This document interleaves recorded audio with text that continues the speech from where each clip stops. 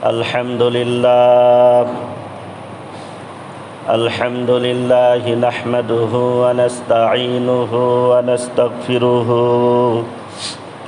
ওয়া নাউযু বিল্লাহি মিন শুরুরি আনফুসিনা ওয়া মিন সাইয়্যাতি আ'মালিনা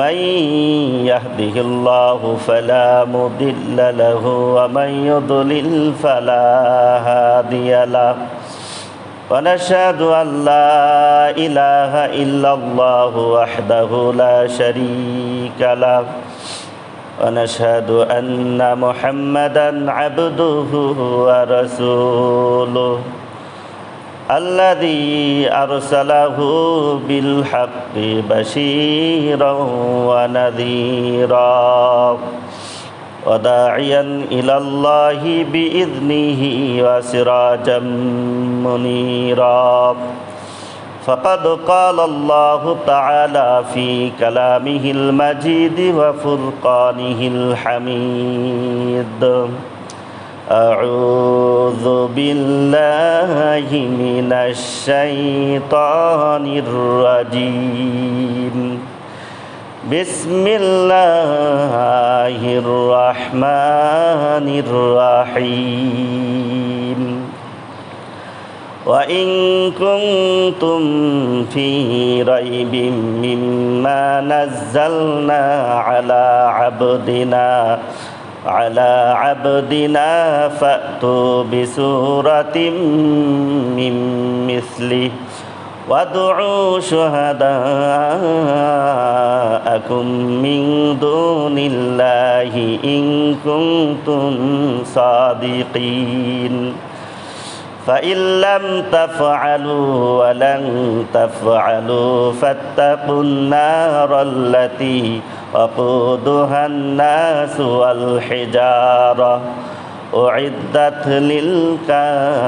للكافرين মহান আল্লাহ পাকের দরবারে আমরা লাখ কোটি শুকর আদায় করে নিই যে আল্লাহ রব্বুল আলামিন আমাদের প্রতি দয়া করে মায়া করে আল্লাহ পাকের গোলামি করার উদ্দেশ্যে পৃথিবীর সর্বোত্তম স্থান মসজিদে এসে বসার তৌফিক দিয়েছেন, সেই সাথে কোরআন হাদিস থেকে কিছু কথা বলার শোনার তৌফিক যে আল্লাহ রব্বুল আলামিন দিলেন, সেই রব্বে কারিমের দরবারে আমরা সকলে হৃদয়ের সবটুকুন শ্রদ্ধা উজাড় করে একবার শুকর আদায় করে নিই আলহামদুলিল্লাহ।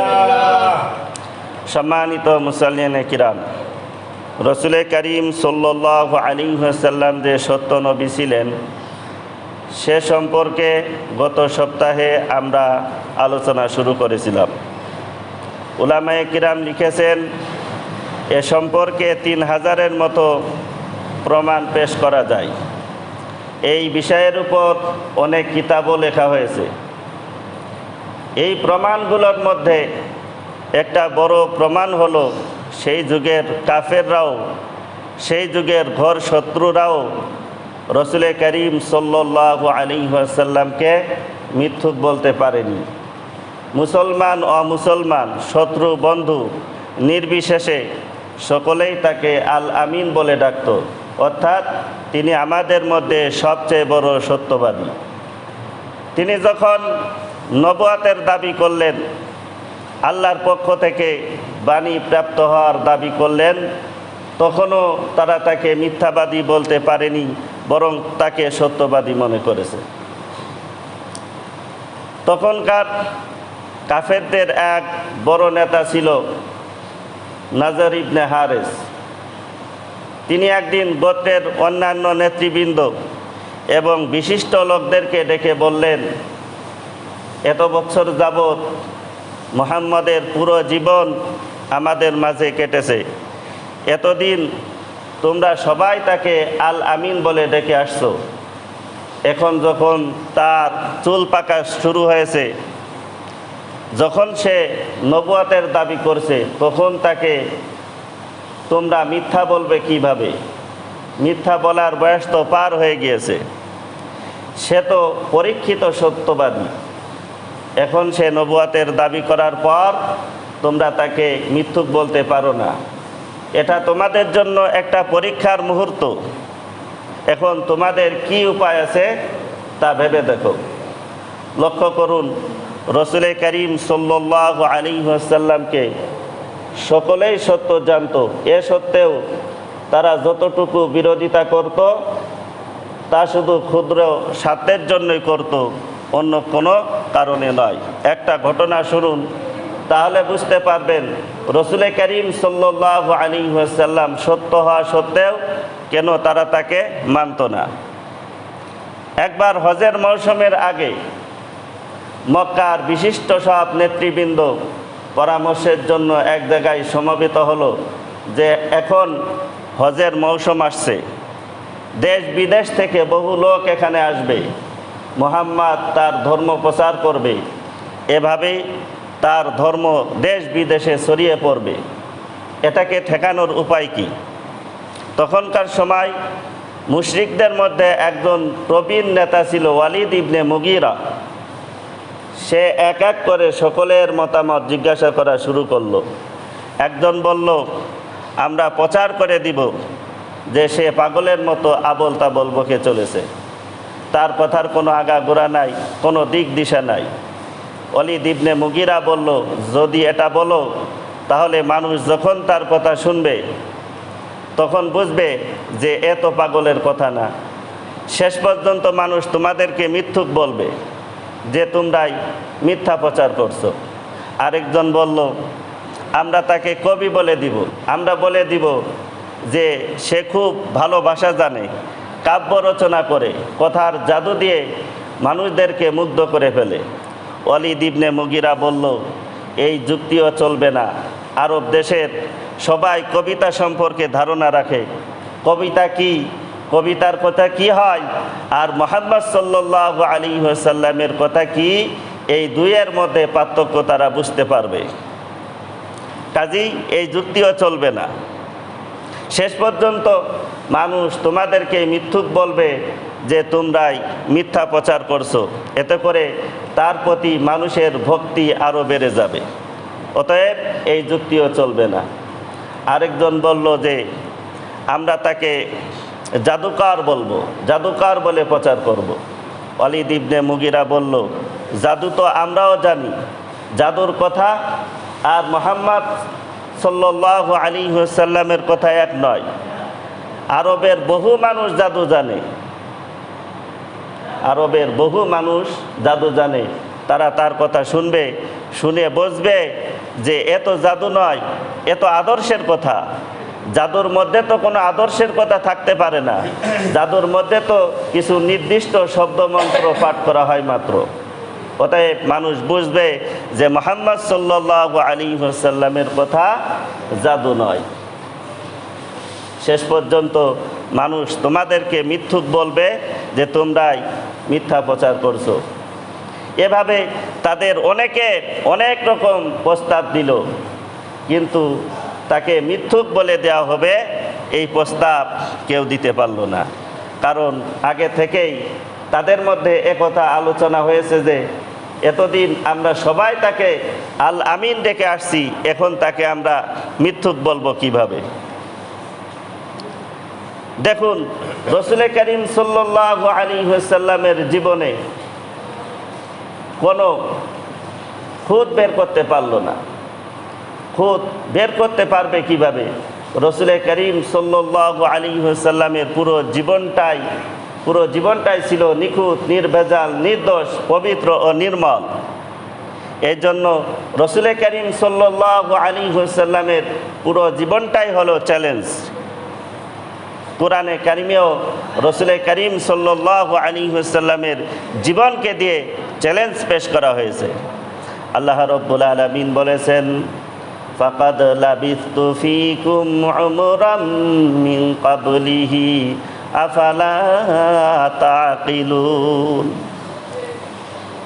আল্লাহ পাক বলছেন, হে মুহাম্মদ, তুমি বলে দাও যে এই নবুয়াতের দাবি করার আগ পর্যন্ত আমার দীর্ঘ জীবন তোমাদের মধ্যে অতিবাহিত হয়েছে, তবুও কি তোমরা বোঝো না? অর্থাৎ আমার যে দীর্ঘ জীবন তোমাদের মধ্যে কেটেছে তার মধ্যে তোমরা কোনো খুঁত বের করতে পারবে না। তাহলে কেন বোঝো না যে আমি আদর্শ মানুষ? পারলে আমার জীবনে এতটুকু খুঁত বের করে দেখাও আর তার ভিত্তিতে আমাকে অস্বীকার করো, কিন্তু তোমরা তা বের করতে পারবে না।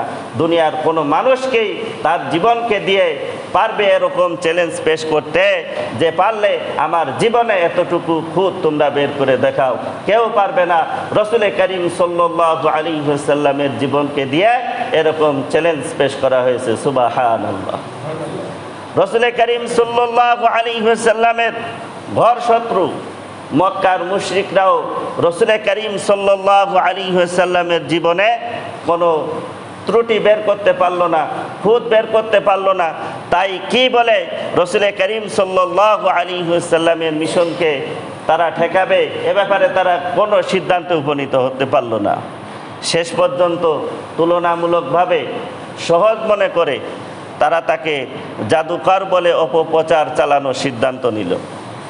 তারা এই বলার সিদ্ধান্ত নিল যে জাদু দ্বারা যেমন মানুষের মধ্যে বিভেদ সৃষ্টি করা হয়, স্বামী স্ত্রীর মাঝে বিভেদ সৃষ্টি করা হয়, সংসারে ফাটল লাগানো হয়, মুহাম্মদ সাল্লাল্লাহু আলাইহি ওয়াসাল্লামও তার কথা দ্বারা এরকম করছে, তার কথা দ্বারা এরকম করছে। সে মানুষে মানুষে বিভেদ সৃষ্টি করছে, অতএব তার কথাও জাদু। পিতাকে ছেড়ে পুত্র ইসলাম গ্রহণ করলে পিতা পুত্রের মাঝে বিভেদ সৃষ্টি হয়ে যায়। এমনিভাবে পরিবারের একজন ইসলাম গ্রহণ করলে অন্যদের সাথে বিরোধ সৃষ্টি হয়ে যায়। তারা ভাবলো আমরা এটাই বলে দিব যে মুহাম্মদ সাল্লাল্লাহু আলাইহি ওয়াসাল্লাম জাদু করে মানুষের ভিতরে বিভেদ সৃষ্টি করে দেয়। তাদের মধ্যে একজন নেতাকে লক্ষ্য করে বলল, স্যার, যদি মুহাম্মাদের কোনো দোষ নাই থাকে তাহলে তাকে মেনে নিতে অসুবিধা কি? ওয়ালিদ ইবনে মুগিরা বলল যে তোমরা জানো আমরা হলাম আব্দে মানাব গোত্রের লোক, আর মুহাম্মদ সাল্লাল্লাহু আলাইহি ওয়াসাল্লাম হলেন বনি হাশেম গোত্রের লোক। এই দুই গোত্রের মধ্যে দীর্ঘকাল ধরে একটা প্রতিযোগিতা চলে আসছে। তারা কোনো একটা ভালো কাজ করলে আমরাও অনুরূপ একটা ভালো কাজ করে দেখাই। কখনো কোনো ব্যাপারে তাদের থেকে আমরা পিছনে থাকি না। এখন ওই বংশের লোকেরা বলছে যে তাদের মধ্যে একজন নবী হয়েছে, আমরা তো কোনো নবী পেশ করতে পারবো না, অতএব তাকে যদি আমরা মেনে নিই তাহলে আমাদের গোত্র ছোট হয়ে যাবে, তাই আমরা তাকে মেনে নিতে পারছি না। লক্ষ্য করুন, রসুলকে তারা সত্য জানত, শুধু একটা ভিত্তিহীন গোত্রীয় অভিমানকে রক্ষা করতে যেয়ে তারা তাকে মানতে পারল না। রসুল করিম সাল্লাল্লাহু আলাইহি ওয়াসাল্লামকে সত্য জানত, নবী করিম সাল্লাল্লাহু আলাইহি ওয়াসাল্লাম যে সত্য, নবী করিম সাল্লাল্লাহু আলাইহি ওয়াসাল্লাম যে কোরআন তেলাওয়াত করে শোনাতেন, সেই কোরআন যে আল্লাহর কালাম, এটা সকলেই বিশ্বাস করত। কিন্তু ঠুনকো একটা স্বার্থের কারণে তারা তাকে মানতে পারল না। কাফেরদের একজন বড় নেতা ছিলেন আবু সুফিয়ান, ইনি পরে মুসলমান হয়ে যান। আরেকজন নেতা ছিল আবু জেহেল, সে কখনো মুসলমান হয় না। আরেকজন বড় নেতা ছিল আখনাস ইবনে সুরাই, সেও কখনো মুসলমান হয়নি। এই তিন বড় নেতা গোপনে কি করত শুনুন। রসুল করিম সাল্লাল্লাহু আলাইহি ওয়াসাল্লাম রাতে তাহাজ্জুদের নামাজে কোরআন তেলাওয়াত করতেন, আর এই তিন নেতা গোপনে যেয়ে সেই তেলাওয়াত শুনতেন। সুবহানাল্লাহ। তাদের মন বলতো এমন বাণী তো দুনিয়ার কোনো মানুষের বাণী হতে পারে না। এভাবে তারা মুগ্ধ হয়ে শুনত। একদিন তিন নেতাই শুনতে গিয়েছে, শুনতে শুনতে সকাল হয়ে গেল। সকালে তিনজনের মুখোমুখি দেখা। একজন আরেকজনকে বলল, কি ব্যাপার, তুমি এখানে কেন? অপরজন উত্তর দিল, আমি তো এখানে পরীক্ষা করতে এসেছি যে তোমরা কে কে আসো। আরেকজন বলল, আমিও তো পরীক্ষা করতে এসেছি যে তোমরা কে কে আসো। সবাই বুঝতে পারলো যে আসলে আমরা সবাই মুগ্ধ হয়ে এসেছি। দিনের পর দিন তারা এভাবে কোরআন শুনতে আসতো। কি আকর্ষণ ছিল এই কোরআনের মধ্যে, যে আকর্ষণে তারা ছুটে আসতো। সম্মানিত মুসল্লিনে কিরাম, কোরআন হলো আরবি ভাষায়, আর সেই যুগ ছিল উচ্চাঙ্গের আরবি সাহিত্যের যুগ। কোরআনের ভাষা, কোরআনের মর্ম, কোরআনের রহস্য, এর গাম্ভীর্য তারা বুঝতে পারত। এ যে মানুষের রচনা করা নয়, এটা তারা বুঝতে পারত। তাই তো ঐশ্বরিক আকর্ষণে তারা বারবার ছুটে আসতো। এরপর একদিন ওই তিনজনের একজন আখনাস ইবনে সুরাইক চিন্তা করলো, যখন আমরা সবাই এটাকে সত্য বলে বিশ্বাস করি, তাহলে মানি না কেন? এর একটা সুষ্ঠু ফয়সালা হওয়া দরকার। সে অপর নেতা আবু সুফিয়ানের বাড়িতে চলে গেল। সে আবু সুফিয়ানকে বলল, মুহাম্মদ সাল্লাল্লাহু আলাইহি ওয়াসাল্লামের ভিতরে যদি কোনো দোষ নাই থাকে, তাহলে তাকে মেনে নিতে অসুবিধা কি? আবু সুফিয়ান আমতা আমতা করে শেষ পর্যন্ত বলল যে আমরা মুহাম্মদ সাল্লাল্লাহু আলাইহি ওয়াসাল্লামের কোনো দোষ দেখাতে পারবো না। সুবহানাল্লাহ। সে অপর নেতা আবু জাহেলের কাছে গিয়ে বলল যে মুহাম্মাদের কোনো দোষ না থাকলে আমরা তাকে মেনে নিই। আবু জাহেল বলল যে তার কোনো দোষ আমরা দেখাতে পারবো না, তবে অসুবিধা একটাই, তা হলো মুহাম্মদ সাল্লাল্লাহু আলাইহি ওয়াসাল্লাম হলেন বনু হাশেম গোত্রের লোক। অতএব আমরা যদি তাকে মেনে নিই, তাহলে আমাদের গোত্র ছোট হয়ে যাবে, তাই আমরা তাকে মেনে নিতে পারছি না। এই ঘটনা হাদিসের মধ্যে এসেছে, সহি ইতিহাসের মধ্যে এসেছে। এসব ঘটনা থেকে বোঝা যায় মুহাম্মদ সাল্লাল্লাহু আলাইহি ওয়াসাল্লাম সত্য। মুহাম্মদ সাল্লাল্লাহু আলাইহি ওয়াসাল্লাম যে নবীর দাবি করছেন তাও সত্য। মুহাম্মদ সাল্লাল্লাহু আলাইহি ওয়াসাল্লাম কোরআন নামে আল্লাহর যে বাণী পেশ করেছেন তাও সত্য। এখনও বহু বিধর্মী এমন আছে যারা বিশ্বাস করে যে ইসলাম ধর্ম সত্য। তারা যখন এই ধর্ম নিয়ে, কোরআন হাদিস নিয়ে গবেষণা করে, তারা বুঝতে পারে যে এই ধর্ম সত্য। এই ধর্মকে তারা সত্য বলে বিশ্বাস করে, কিন্তু মানে না। শুধু বিশ্বাস করার নাম, শুধু বিশ্বাস করলে মুসলমান হওয়া যায় না। বিশ্বাসও করতে হবে, স্বীকারও করতে হবে, মেনেও নিতে হবে। বহু বিজ্ঞানী যারা বিশ্বাস করেছে এবং স্বীকারও করেছে, কোনো কিছুই যখন আল্লাহ তাআলা ছাড়া হয় না, তখন এই বিশাল পৃথিবী, এই বিশাল আকাশ, এই বিশাল মহাজগৎ ছাড়া এও কোনো স্রষ্টা ছাড়া হতে পারে না। অবশ্যই এর একজন স্রষ্টা আছেন, তিনি হলেন আল্লাহ সুবহানাহু ওয়া তাআলা। এভাবে তারা বিশ্বাসও করেছে, স্বীকারও করেছে, কিন্তু মেনে নেয়নি। এই জন্য তারা মুসলমান নয়। শুধু বিশ্বাস এবং স্বীকার করার নাম ঈমান ইসলাম নয়। ঈমান ইসলাম হলো বিশ্বাসও করতে হবে, স্বীকারও করতে হবে, মেনেও নিতে হবে। যাই হোক, যে কথা বলছিলাম, রসুল করিম সাল্লাল্লাহু আলাইহি ওয়াসাল্লাম যে সত্য নবী ছিলেন, তার সবচেয়ে বড় প্রমাণ হলো কোরআন। একজন উম্মি অর্থাৎ নিরক্ষর মানুষ হওয়া সত্ত্বেও রসুল করিম সাল্লাল্লাহু আলাইহি ওয়াসাল্লামের মুখ থেকে কোরআনের ন্যায় এরূপ মহা জ্ঞান ভাণ্ডারের গ্রন্থ প্রকাশ পাওয়াই প্রমাণ করে যে তিনি মহাজ্ঞানী, আল্লাহর পক্ষ থেকে এসব জ্ঞান প্রাপ্ত হয়েছেন। সুবহানাল্লাহ। রসুল করিম সাল্লাল্লাহু আলাইহি ওয়াসাল্লাম উম্মি ছিলেন। অনেকেই উম্মি শব্দের অর্থ করে থাকেন মূর্খ। তিনি তো মূর্খ ছিলেন না, তিনি সবচেয়ে বড় জ্ঞানী ছিলেন। হাদিসের বর্ণনা অনুযায়ী তাকে দুনিয়ার শুরু থেকে নিয়ে শেষ পর্যন্ত সমস্ত মানুষের জ্ঞান দান করা হয়েছিল। সুবহানাল্লাহ। কাজেই তিনি মূর্খ নন, তিনি সবচেয়ে বড় জ্ঞানী ছিলেন। তাই তাকে মূর্খ বলা যায় কিভাবে? তাই উম্মি শব্দের অর্থ মূর্খ করা ঠিক নয়। এ তরজমায় রসুলের প্রতি বেয়াদবি প্রকাশ পায়। উম্মি শব্দের অর্থ হলো নিরক্ষর, যিনি পড়তে জানতেন না, যার অক্ষর জ্ঞান ছিল না।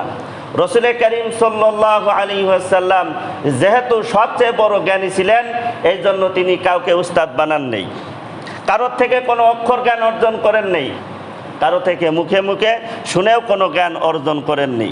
তিনি সব জ্ঞান অর্জন করেছেন আল্লাহর পক্ষ থেকে। সুবহানাল্লাহ।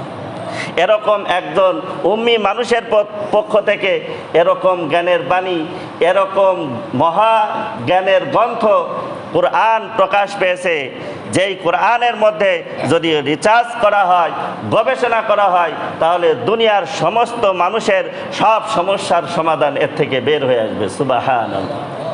এমন মহাজ্ঞানের কথা তিনি কিভাবে বললেন? বলতে হবে এমন এক সত্তার পক্ষ থেকে তাই এসেছে যিনি সব কিছুর জ্ঞান রাখেন, তিনি হলেন আল্লাহ সুবহানাহু তাআলা। সম্মানিত মুসল্লিন কিরাম, রসুল করিম সাল্লাল্লাহু আলাইহি ওয়াসাল্লাম যে সত্য নবী ছিলেন তার সবচেয়ে বড় প্রমাণ হলো তার মুখ থেকে কোরআন প্রকাশ পেয়েছে। সুবহানাল্লাহ। আল্লাহ তাআলা চ্যালেঞ্জ পেশ করেছেন, ওয়া ইন কুনতুম ফি রাইবিম মিম্মা নাযালনা আলা আবদিনা ফাতু বিসূরাতিম মিন মিসলি ওয়াদউ শুহাদাআকুম মিন দুনিল্লাহি ইন কুনতুম সাদিকিন। আল্লাহ রাব্বুল আলামিন বলেন, আমি আমার বান্দার উপরে যেই কোরআন, যেই কিতাব নাজিল করেছি, এতে যদি তোমাদের সামান্যতম সন্দেহ থাকে যে এটা তার নিজের রচিত কিনা, তাহলে তোমরা এই কোরআনের ছোট্ট একটা সূরা রচনা করে দেখাও। আল্লাহ রাব্বুল আলামিন বলেছেন, বড় কোনো সূরা নয়, এই কোরআনের মধ্যে সব থেকে ছোট একটা সূরা, এই ছোট সূরার মতো একটা ছোট সূরা রচনা করে দেখাও যা এই কোরআনের সমকক্ষ হবে।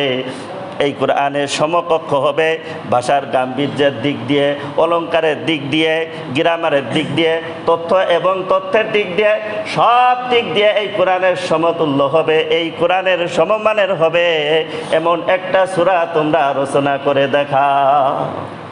এরপরে আল্লাহ রাব্বুল আলামিন বলেছেন, তোমরা যদি এককভাবে না পারো তাহলে তোমাদের সহযোগীদেরকে ডাকো, এরপর সম্মিলিত প্রচেষ্টায় এরকম একটা ছোট একটা সূরা রচনা করে দেখাও। আল্লাহ পাক বলেছেন, ফাইল্লাম তাফআলু ওয়ালান তাফআলু, কখনোই তারা এটা পারবে না। সুবহানাল্লাহ। আজ পর্যন্ত দুনিয়ার কেউ এই কোরআনের সমকক্ষ একটা ছোট একটা সূরা রচনা করে দেখাতে পারে নাই। সুবহানাল্লাহ। সেই যুগের কিছু লোক একবার সূরা ফিলের অনুকরণে একটা সূরা রচনা করতে চেয়েছিল। সূরা ফিল, আলাম তারা, এই সূরার অনুকরণে একটা সূরা বানাতে চেয়েছিল। এই সূরার মধ্যে আল্লাহ তাআলা কি বলেছেন, হস্তি বাহিনীর সাথে আল্লাহ পাক কি আচরণ করেছেন তোমরা কি দেখোনি? যারা কাবাঘর ধ্বংস করতে এসেছিল সেই আব্রাহার হস্তি বাহিনীকে আল্লাহ পাক কিভাবে ধ্বংস করে দিয়েছিলেন। ঝাঁকে ঝাঁকে ক্ষুদ্র পাখি আল্লাহ পাক প্রেরণ করেছিলেন। একটা পাখি ক্ষুদ্র ক্ষুদ্র ছোট ছোট তিনটা করে পাথর বহন করে এনেছিল আর ওই সৈন্য বাহিনীর উপর নিক্ষেপ করেছিল। তাদের শরীর ভেদ করে একটা কঙ্কর নিচ দিয়ে বের হয়ে গিয়েছিল। এভাবে তারা সমূলে ধ্বংস হয়ে গিয়েছিল। এই সূরার মধ্যে একটা বিরাট শিক্ষণীয় ইতিহাস রয়েছে। শোনা যায় যে এই সূরার অনুকরণে তারা একটা সূরা রচনা করতে চেয়েছিল যার ভাষা খানিকটা এরকম, আল ফিলু মাল ফিল আলাম তারা কাইফা ফাআলা রাব্বুকা বিআসহাবিল ফিল। আর তারা রচনা করছে আল ফিলু মাল ফিল জানাবুন কলিল আখরতুমুন তাওয়িল। আল ফিলু মাল ফিল ওয়া মা আদরাকা মাল ফিল জানাবুন কলিল আখরতুমুন তাওয়িল। তোমরা কি জানো হাতি কি? তোমরা কি জানো হাতি কি? যার লম্বা একটা সুর আছে আর ছোট্ট একটা লেজ আছে। ভেবে দেখুন তো তাদের রচিত এই সূরার মধ্যে কি ইতিহাস আছে, কি গাম্ভীর্য আছে, কি শিক্ষণীয় বিষয় আছে। হাতির লম্বা একটা সুর আছে, ছোট্ট একটা লেজ আছে, এত সবাই জানে। হাতির লম্বা একটা সুর আর ছোট্ট একটা লেজ, এত সবাই জানে, একটা শিশুও জানে। তাই তারা এটা রচনা করার পর নিজেরাই ভাবলো যে এটা কি হলো, এটা যে হাস্যকর বিষয় হয়েছে তা তারা নিজেরাও বুঝতে পারলো। আসলে তারা কোরআনের ভাষা বুঝতো, সেই যুগ ছিল উচ্চাঙ্গের আরবি সাহিত্যের যুগ। এ সত্ত্বেও তারা যখন কোরআনের মোকাবেলায় যখনই কোনো কিছু রচনা করতে গিয়েছে, তাদের কলম থেমে গিয়েছে, তাদের মেধা স্থবির হয়ে গিয়েছে। আল্লাহর মোকাবেলা করা সম্ভব নয়। আজ পর্যন্ত দুনিয়ার কেউ আল্লাহ পাকের মোকাবেলা করতে পারে নাই, ঠিক কিনা? ইসলামের মিশনকে ব্যর্থ করে দেওয়ার জন্য কাফেররা শত শত লক্ষ লক্ষ কোটি কোটি টাকা ব্যয় করছে, ঠিক কিনা? কত রকম ষড়যন্ত্র করছে, ইসলামের বিরুদ্ধে কত পদক্ষেপ গ্রহণ করছে, অথচ কোরআনের মোকাবেলা করার জন্য সামান্য ছোট্ট একটা সূরা রচনা করে তারা পেশ করতে পারছে না। কোরআনে কারীম যে সত্য, এটা হলো তার একটা বড় প্রমাণ। সম্মানিত মুসল্লিনে কিরাম, নবী করিম সাল্লাল্লাহু আলাইহি ওয়াসাল্লামের মুখ থেকে এই কোরআন প্রকাশ পেয়েছে, এটা প্রমাণ করে যে রাসূল করিম সাল্লাল্লাহু আলাইহি ওয়াসাল্লাম সত্য নবী ছিলেন। আর তার মুখ থেকে এই কালাম প্রকাশ পেয়েছে, এই কোরআন প্রকাশ পেয়েছে, এটাও প্রমাণ করে যে এই কালাম, এই কোরআন আল্লাহ পাকের কালাম। এই কোরআনটা হলো আল্লাহ পাকের কালাম, এটা মানুষের রচনা করা নয়। সম্মানিত মুসল্লিনে কিরাম, কোরআনে কারীম যে সত্য তারও অনেক প্রমাণ রয়েছে। তার মধ্যে একটা বড় প্রমাণ হলো কোরআনে কারীম অনেক ক্ষেত্রে মানুষের মনের কথা বলে দিয়েছে, যেটা সত্য বলে প্রমাণিত হয়েছে। একটা ঘটনা শুনুন। আব্দুল্লাহ ইবনে উবাই, সে একজন মুনাফিক ছিল। সে ধোঁকা দিয়ে প্রতারণা করে মুসলমানদেরকে উহুদ যুদ্ধ থেকে তাড়িয়ে দিতে চেয়েছিল, সরিয়ে দিতে চেয়েছিল, যাতে মুসলমানদের সংখ্যা কম হয় এবং তারা উহুদ যুদ্ধে পরাজিত হয়। তার চক্রান্তে পরে মুসলমানদের দুইটা গোত্র, বনু হারেসা ও বনু সালামার কিছু লোকেরা চিন্তায় পড়ে গেল যে আমরা এই যুদ্ধে থাকবো না চলে যাব। আয়াত নাজিল হয়ে গেল, ইয হাম্মাত তাইফাতানি মিনকুম আন তাফশালা। তোমাদের মধ্যে দুইটা দল যুদ্ধ করবে কি করবে না, এই ব্যাপারে তারা চিন্তা করতে লাগলো, যুদ্ধ থেকে সরে যাওয়ার চিন্তা করতে লাগলো। আল্লাহ পাক বলেছেন, আমি তাদেরকে হেফাজত করেছি। আল্লাহ পাক হলেন তাদের উত্তম অভিভাবক। সুবহানাল্লাহ। এই আয়াত নাজিল হওয়ার পর খোঁজ শুরু করা হলো যে এই লোকগুলো কারা। তখন উক্ত দুই গোত্রের লোকেরা স্বীকার করেছিল যে হ্যাঁ, আমরা যুদ্ধ থেকে সরে যেতে চেয়েছিলাম। কোরআনে কারীম যে সত্য, তার আরেকটা বড় প্রমাণ হলো কোরআনে কারীমে অনেক বিষয়ে ভবিষ্যৎবাণী করা হয়েছে, যা সত্য বলে প্রমাণিত হয়েছে। এটাও কোরআনে কারীমের সত্য হওয়ার একটা প্রমাণ। একবার রাসূল করিম সাল্লাল্লাহু আলাইহি ওয়াসাল্লামের দরবারে খ্রিস্টানদের একটা প্রতিনিধি দল আসলো। সেখানে কিছু ইহুদিও উপস্থিত হলো। ইহুদি এবং খ্রিস্টানদের মধ্যে ঝগড়া শুরু হয়ে গেল। ঝগড়ার এক পর্যায়ে ইহুদিরা বলল যে একমাত্র আমরাই হলাম হকপন্থী, আর কোনো দল হকপন্থী নয়, আমাদের জন্যই জান্নাত নিশ্চিত। তো খ্রিস্টানরাও দাবি করলো যে না, একমাত্র আমরাই হলাম সত্যপন্থী, আর কোনো দল সত্যপন্থী নয়, অতএব জান্নাত আমাদের জন্যই নিশ্চিত। উপরন্ত ইহুদিরা মনে করত যে আমরা হলাম আল্লাহর প্রিয় পাত্র, অতএব মরলেই আমাদের জন্য জান্নাত নিশ্চিত। এরূপ দাবি করনেওয়ালা ইহুদিদেরকে লক্ষ্য করে আল্লাহ পাক বলেছিলেন, কুল ইয়া আইয়ুহাল্লাযীনা হাদু ইন যাআমতুম আন্নাকুম আউলিয়াউ লিল্লাহি মিন দুনিন নাসি ফাতামান্নাউল মাউতা ইন কুনতুম সাদিকিন। আল্লাহ পাক বলছেন, হে মুহাম্মদ সাল্লাল্লাহু আলাইহি ওয়াসাল্লাম, এরূপ দাবি করনেওয়ালা ইহুদিদেরকে তুমি বলে দাও যে তোমরাই আল্লাহর প্রিয় পাত্র। একথায় যদি তোমরা সত্যবাদী হয়ে থাকো, যে তোমরা আল্লাহর প্রিয় পাত্র, মরলেই তোমাদের জন্য জান্নাত নিশ্চিত, এটা যদি সত্য হয়, এটা যদি তোমাদের মনের কথা হয়, তাহলে তোমরা মৃত্যু কামনা করে দেখাও। এই আয়াত পরে তাদেরকে শোনানো হলো, কিন্তু তাদের কেউ মৃত্যু কামনা করতে সাহস পেল না। ওয়ালা ইয়াতামান্নাউনাহু আবাদাম বিমা কদ্দামাত আইদিহিম। তাদেরকে আয়াত পরে শোনানো হলো, কিন্তু তারা কেউ মৃত্যু কামনা করতে সাহস পেল না। আল্লাহ পাক বলেছিলেন যে তারা কখনোই এই সাহস করবে না, নিজেদের মৃত্যু কামনা করবে না। আয়াত শোনানোর পর যখন ইহুদিদেরকে বলা হলো যে তোমরা আল্লাহর প্রিয় পাত্র, মরলেই তোমাদের জন্য জান্নাত নিশ্চিত, তাহলে তোমরা একবার আল্লাহর কাছে মৃত্যু কামনা করে দেখাও। কিন্তু তাদের কেউ মৃত্যু কামনা করতে সাহস পেল না। যদি তারা নিজেদেরকে সত্যপন্থী মনে করবে তাহলে মুখের কথা বললেই হতো যে আল্লাহ আমাদের মৃত্যু দিয়ে দাও, কিন্তু তারা কেউ এ সাহস করলো না। আল্লাহ পাক যে ভবিষ্যৎবাণী করেছিলেন তারা কখনোই মৃত্যু কামনা করবে না, আল্লাহ পাকের ভবিষ্যৎবাণী সত্য প্রমাণিত হয়েছে।